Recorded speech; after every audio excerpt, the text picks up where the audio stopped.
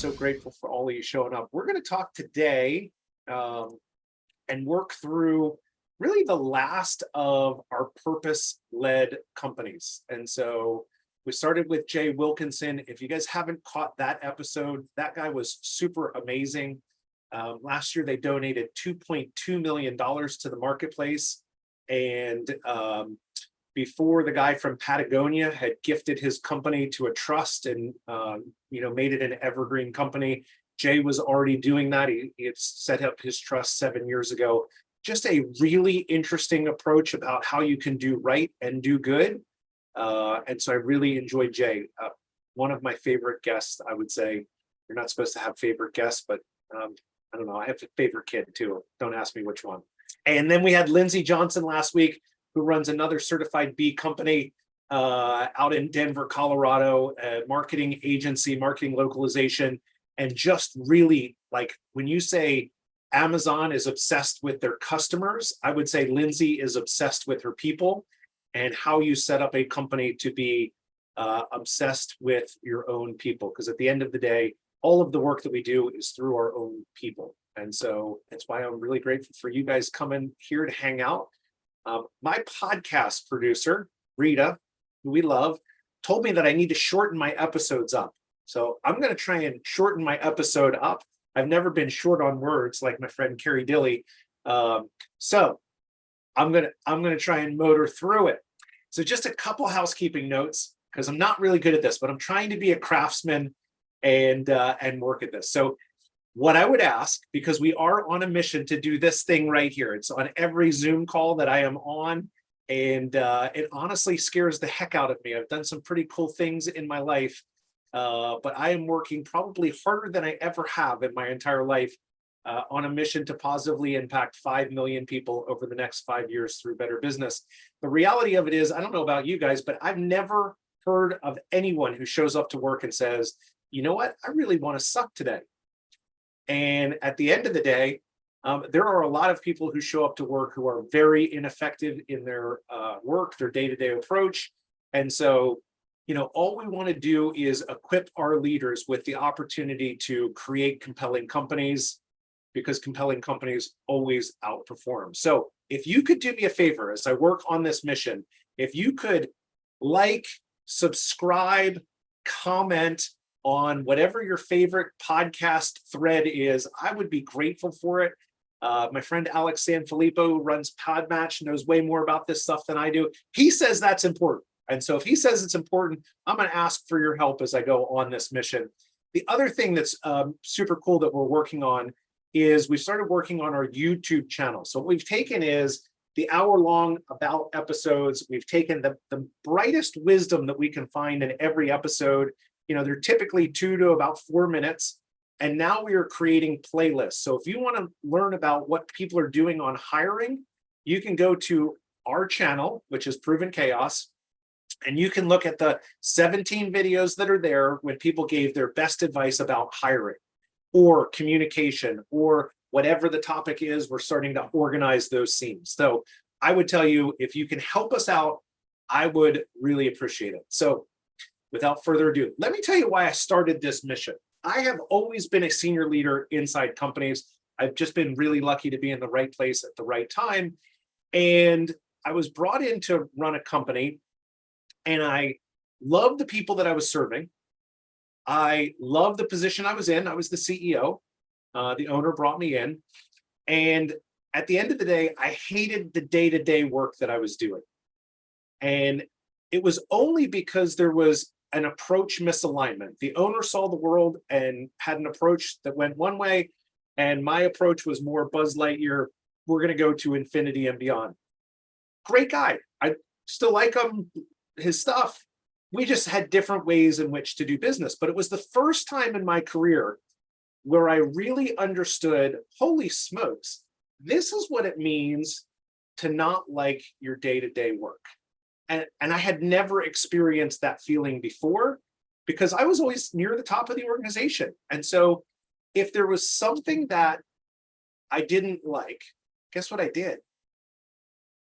I changed it. And so when you can write the playbook and write the rules of the game, you get to play games that you really, really like.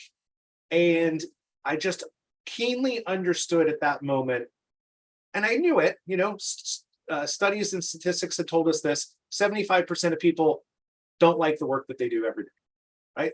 That was such a foreign concept to me. But what I realized in the process was that if you're not good at work, you can't be great at home. And when you're not good at home, you can't be great at work. And so this whole notion of whole people, I think sometimes business leaders want to just say, oh, well, just bring your professional stuff to work. And the reality of it is we're whole people. I can't separate myself from the fact that I may be CEO of a company. I am also a dad of 2 kids. I am also a father. I am also a friend. And I think we do ourselves a disservice as a leader to try and make those things separate. And so I think it's really important, especially in this new era that we are leading in, where the world has changed. And I'm going to take you a little bit through that. But you have to love your people and treat them as whole people. And I think if you can get yourself into the mindset as a leader to do that, to have the permission to care about your people, to care deeply about them, I think the world moves forward a little bit faster and with a little bit more fun. Yeah. So that's really the concept that I have behind this. And so I always start with, what is the problem that your business is solving? So as you sit here and stop and think about your own business, you better be able to clearly articulate what is the important and painful problem that your business solves for people. And so for me, I look at it and, I've run 5 companies. I've advised hundreds of other ones. It's super humbling. But here's the truth that I come back to. Employees go home miserable and leaders go home stressed and frustrated. And my answer is, it doesn't have to be that way. But we have to understand how to run businesses differently, how to make sure that we hit the 4 C's of leadership, which I'm going to talk about in a little bit. But if we can do that, I think you change the dynamic of how companies are run, how people feel, the alignment that you have inside the company. And suddenly people puff their chest out. They walk a little bit taller. They feel a little bit more joy every day.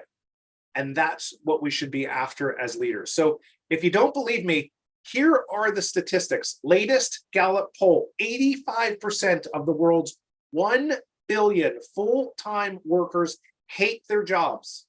Not just don't like it a little bit, hate their jobs, which means 15% of people are engaged in their work.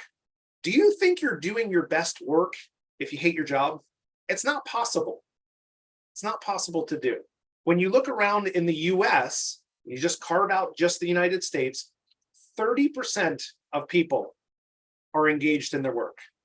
But that still means that 70% of Americans don't like their job. And we saw this through the Great Resignation. More than 4 million people resigned voluntarily from their jobs from July 2021, and it continues on. I think the latest statistics that have just been released are 4.2 million people quit their jobs in August 2022. It is real. This is a real fact.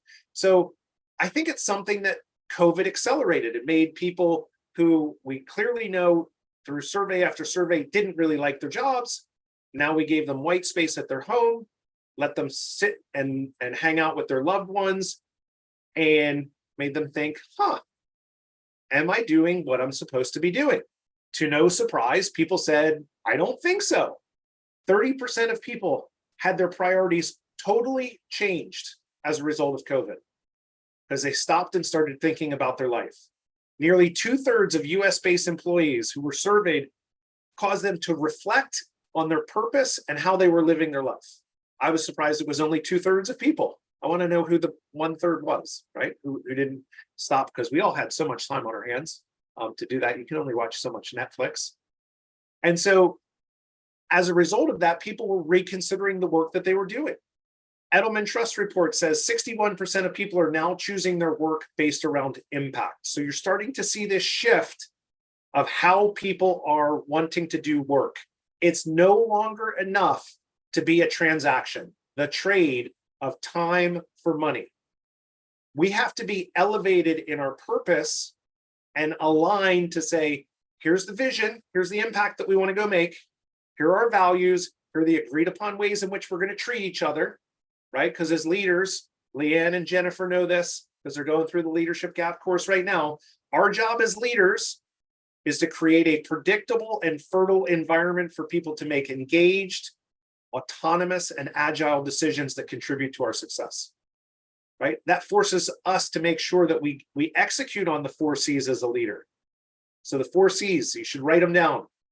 One is, have we created clarity for our people?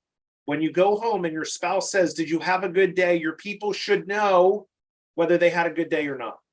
They shouldn't be guessing whether they're contributing to the mission or not. And so if you're not creating that clarity, you're missing the mark for people to connect to the mission that you're on. The second is they should feel challenged by their work. If they're bored as heck, guess what they're going to be doing? Looking for something else to do. Common sense, I know. The third is they should be comfortable that they have the tools, time, and training to actually do their job. Have we trained them to be successful? There's so many companies out there that like walk in, say, Bill, welcome to the company. There's your office, your computer's there, flip on the lights and say, good luck. And then we're confused why Bill isn't very successful in the work that he's supposed to be doing, even though he has no idea what it is that he's supposed to be doing. And then the last piece of this, and this to me is the piece that people get wrong all the time. You have to care about your people. You have to give a shit about their success because people feel that. If they feel like you're just a transaction to them, guess what? All the studies tell us they're looking for other work. People don't quit their jobs. They quit you as the leader. And that's the piece that we have to change. And so everything that I'm doing is trying to set up leaders, the how. People want to lead really, really well. They want to create compelling companies, but we're not sure how to do it. And so that's the mission that I'm on, trying to do that. When you think about why people quit, check this out. Think about all these things and how they relate back to if someone was leading really well and doing a good job as a leader, could we cure these gaps? Because all of these things are curable. So this is a McKinsey study. Lack of career development or advancement. 41% of people are leaving their jobs because of that. Well, you know what? If we're not charting a path for our people of how they continue to grow and get better, that's right, they're going to leave you. Totally avoidable. Totally avoidable. Inadequate compensation. How well are we splitting the pie with our people? Are we compensating them fairly? I'd argue you could have a conversation about that as a leader. Uncaring or uninspiring leaders. Has anyone ever worked for an Eeyore in the world? Someone who just shows up and the world is just always happening to them. The weather's bad. They made this decision. This happened to me. It's this whole mindset that everything is out of my control. And so we can change that. Good news, right? Lack of meaningful work. If we have the wrong person in the wrong seat, let's get them into a place where it's meaningful. Or the compassionate leadership thing to do is to say, you know what, Maria, I love you, but I know that you're just not connected to the mission that we're on. And that's okay. Let's get you to a place where you are inspired to go do the work that you're supposed to do every single day. That takes some courage to do that, but it's 100% the right thing to do. If you love your people and you treat them as whole people, that is the right thing that you do. Most of the things, most of the items of why people leave are all avoidable with some conscious intention of how we're going to approach our work to create that fertile, predictable environment for people to succeed. So for me, as I look at this and why I'm so inspired is literally I'm fighting for every leader who wanted to create an awesome culture but didn't know how. I'm fighting for every employee who showed up to work and hated the work that they're doing. And I'm fighting their families who get half of a person who comes home because they're not inspired by the work that they're doing and they're not really excited. That's what I want to go do. We can change the dynamic of the world if we just care about each other and align to our vision and our values, because I think that's just a way cooler world to live in. So I think about like the what is easy. I say this to all my leaders all the time. You've heard me on this show before. The what is easy, the how is the hard part. So, how do you go about positively impacting 5 million people in the next 5 years? Here's what I'll tell you: my skills do not match my ambition yet.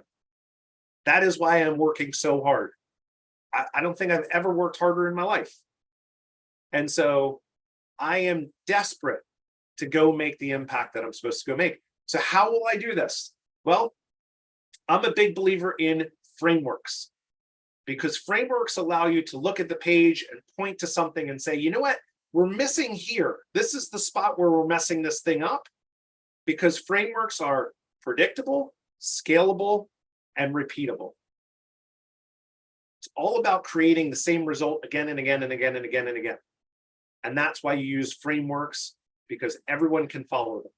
So if you've been with me from the beginning, like Bill Holmes has, Leanne Kelly's been around quite a few times, Carrie Dilley, Courtney Bertell, you guys have heard me talk about the business acceleration model. The business acceleration model is exactly the models that I've used to make the Inc. 500, the Franchise 500, and advise companies who have made it to the best places to work. You can build a fast-growing company that's also awesome to work at. You don't have to choose one or the other. And so it's something that it's not like, oh, I pulled it from a book or I thought about it. This is what I use when I'm advising companies. This is the thing that the lens that I'm looking at. I know this works, it explodes results. And it's because we're creating this environment of alignment where people feel valued and loved. And they might even say that to each other, which is awesome, right? Imagine showing up to work and just being like, Bill Holmes is such an amazing guy. It is so fun that I get to go on a journey with him every day. He's so smart, does what he says he's going to do. He's highly accountable. He's incredible with his hands, right? I mean, all of these things, you just have an appreciation for everyone that's in your organization and in your care. So we have a framework for how to run a business. And at the foundation of every company, what do we need? What does every great company need? It needs high performers. Really simple. So I created a whole model about the 9 principles of personal performance. How do you create a world where you're living your life on your terms? So if we have the foundation of, here are the people that we're going to invite on the mission, here's what they look like, here's how we help them to become their very best, living their life on their terms, help them when they have bumps and bruises and scratches and all of those fun things. And we have a model that we can use to go run the business. The thing that connects the both of them in the gap is what I call the leadership gap. And so I think there's 3 different roles that a leader wears. The first is the leader is individual. And so we have a course about how do we create ourselves, bring conscious intention and a predictable environment for our people to thrive. Because when we have clarity, all of a sudden you have consistency and you unlock this level of performance.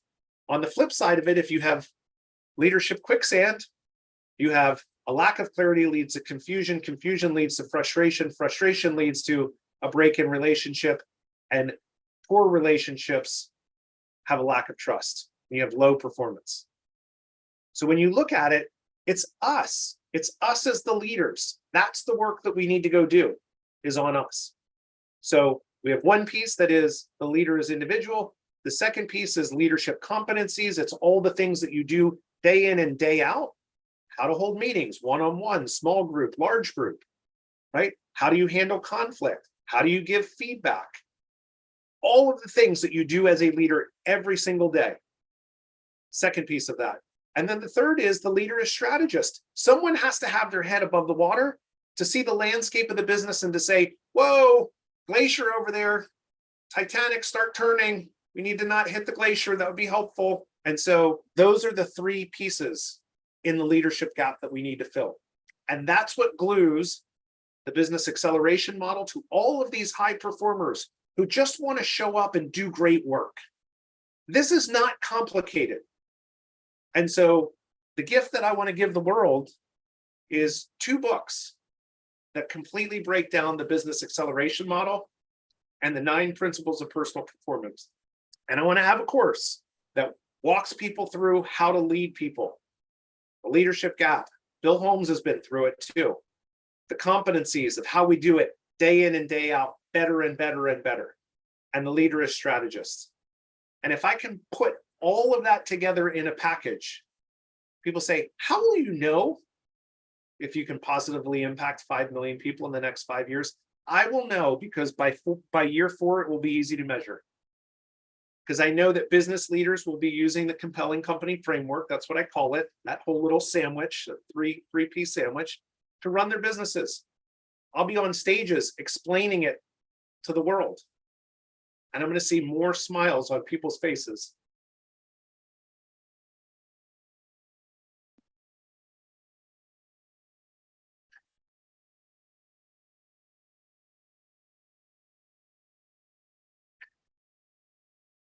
And that's why I do what I do.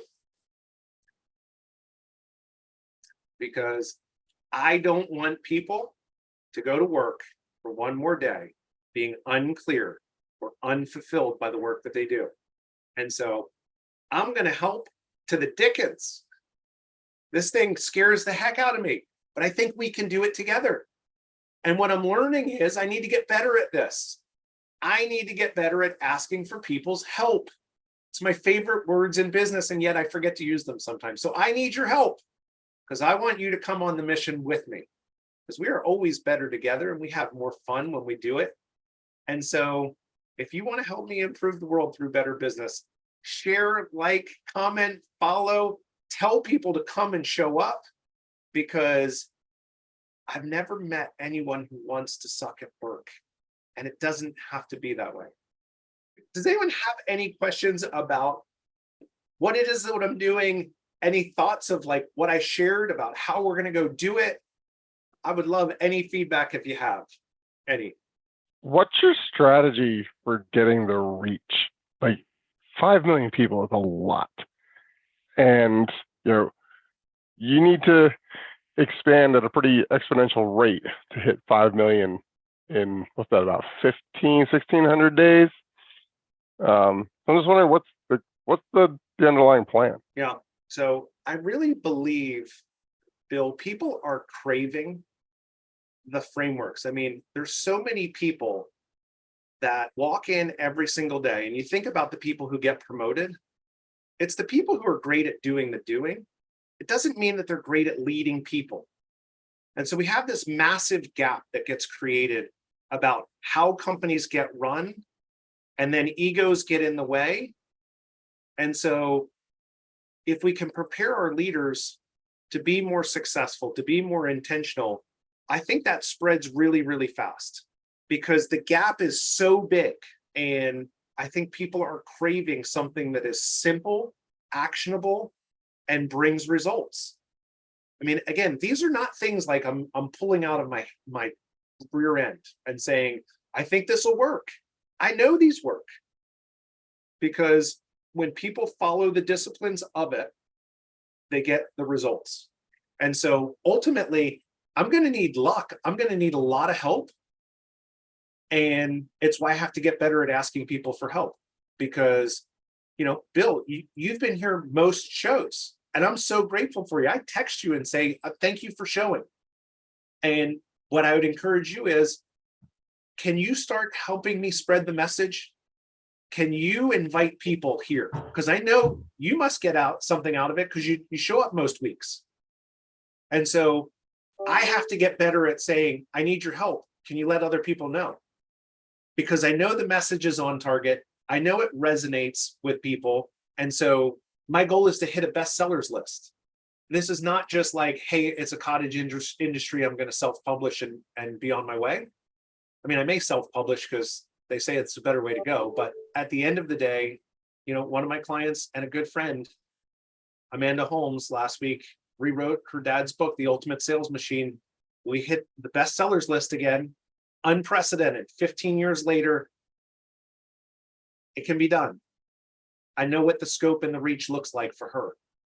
And so it's got to be this thing, Bill, that it's consistently building time and time again. And I hope that I spend your time wisely. I hope that I respect it and give you valuable information that you can take back and use. And it's why we do what we do. Because I've seen how other companies are run, and it ain't fucking pretty. And that's the sad part. Like, running a business and getting out of your own way, it's just let your people do great work. Be really clear about what the rules of the game are. Quit changing the rules. Quit changing the compensation models for people. Like, when people can't count on what it is that they're going to make, that's not fair. That's not right. And so I just think that this idea is so ripe because of all the things and all the disruptions and what the expectations are of our people to our leaders. And so we have to equip them with better tools. And I hope to be that person. How many people can I count on you for next week to invite? I'll invite. I'm going to get bold because you're right, Bill. This thing has to scale up. But you know, Allie, thank you. Mike, it's good to see you too. I appreciate you guys, right? I think that's the whole point, that we're better together. The people who identify with this message show up and go, yeah, you know what? That's the company that I want to be in. I want to create a compelling company that outperforms. And you know what? By the way, I still want to make it home for dinner. Because if we have success without fulfillment, I think we're lost. You lost the game. I speak to people who, they made the Inc. 500. They have the $50 million company. They have the nice cars and the house and the boats. And I talk to them and I say, you know what? I don't even get to be home for dinner with my family. So what do I have all of this for? If I get rich but emotionally bankrupt, you miss the mark in life. And I think it's just bringing people back to that realm of like understanding that your company creates finances for freedom, for fulfillment. Business is a tool for good. If you don't believe me, go back and listen to Jay Wilkinson. Go back and listen to Lindsey Johnson. They are using, and they keenly understand that their business is a tool for good. It's to unlock human potential. It's to unlock opportunity in disadvantaged communities. Because when we all do well, everything rises. And it's pretty flippin' cool. So I'm going to get better at asking people for help. I mean, I don't know where you can have a greater impact than with people at work, where you're spending 8+ hours with them or having access to them. 8+ hours. That's exactly the point. Right? I mean, most people I know don't work just 40 hours a week. Right. Right. And so we spend more time at work than we do in any other place other than our bed. That's the reality of it. So it's Make bed it count. and then work. So why not be on a mission with other people? It's way cooler to do that. Why not be aligned with the people that you get to go do it with? I'd be super pumped up. And I think, you know, this whole notion that we tolerate intolerable behaviors because that person produces results, and so therefore, quote unquote, we can't fire them. You're emotionally bankrupt as a company. Those values that you have, they're just painted on the wall. You're not living them. Because the agreement that we had, our operating system, which is our values, we're bankrupt. That's not how we treat each other. And so when you start to give people permission, that the secret is get the right people inside your business, and the results take care of themselves in exponential ways. That's the secret. And so many people have such a scarcity mindset of, oh, I can't do that because I will lose something that I value. And I would tell you, you've already lost it if you're tolerating behavior inside your company that is not tolerable. So I think it's the gift that I was given to try and help the world, to put more smiles on faces. That's my goal. I want to see way more smiles on faces. Because you only have one life to live, I think. I think you only get one shot at this. I hope I get more, but I can only count on this life right here, right now. So I'm going to smile and laugh and joke and try and serve as many people as possible. I want to be the McDonald's of business. Billions and billions served. Be pretty fun. Be pretty fun. It's way more fun than showing up and sucking. Right? I don't know if anyone else has had that situation. It is not fun. You know, my wife, Rachel, looked right at me and said, you know what? I have to be honest with you. I know you love the work that you're doing and the people that you're serving. You are not being a great husband. You're not being a great dad. You're definitely not being a great friend. That's a hard pill to swallow. And she was 100% right. And I think sometimes we just get into, quote unquote, being sold the grind. It's just the grind. You got to be in the grind. You got to work harder. The hustle culture. It's all bullshit. To what end? What is it that you want to get out of life? Right? Because it's got to be a reciprocal two-way street. Here's what I'm going to do for the business, and here's what I want the business to do for me. That could be lifestyle choices. It could be benefits. Could be comp. Could be all sorts of things. It's different for every person. But it better be a two-way street. It better be reciprocal and transformative, not transactional. I'm going to argue that transactional leaders are dead. So that's the mission that I'm on. Just how I'm willing to spend the next 4+ years. Then we're just getting started, because if we hit this right, Bill, 5 million is going to be like a mini small number. We're gonna blow this thing out of the water. Then it'll be really fun, because you're going to be up on stage. I'm going to say, Bill Holmes, he was there almost every week when we started this mission. And he's a Philly guy, so I'm in. I'm in with him. Fun stuff. I'm so grateful for all of you for showing up and for being here, because, again, you're the reason why I'm doing this. I don't do this for just getting a chance to talk every week at the same time. Thanks, Ali. You are amazing. By the way, Ali Salama is one of the most amazing, inspiring people you will ever meet. Go check out Empower. He is transforming mental health and how we perceive mental health. He is on a mission himself, right? And that's who we want to surround ourselves with, people who are purpose-driven. And the people who are not, it's A-okay. Let them go on their mission, because eventually people will start looking around and saying, well, I can either work for that asshole, or I can go join those really nice, fun people who are doing amazing work. And I think that's what I want to go do, right? So anyway, next week, now I ran over. I got passionate. I ran over. I have to explain it to Rita. Darn.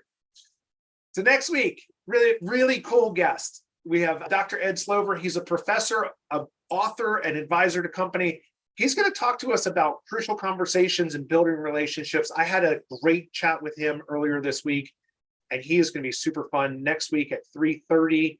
He has such a, here's why I really think he's very interesting.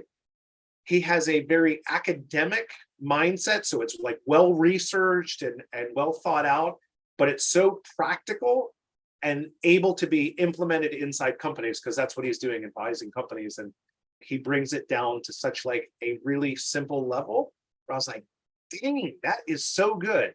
I think I said that like 4 or 5 times in 15 minutes with him. So next week, he will be an amazing guest. So I hope to see you next week. Come bring a friend, be fun, promise. And we'll see you next week at 3:30.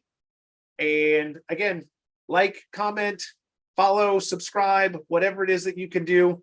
And most importantly, share the message on the mission that we're on. So grateful for all of you.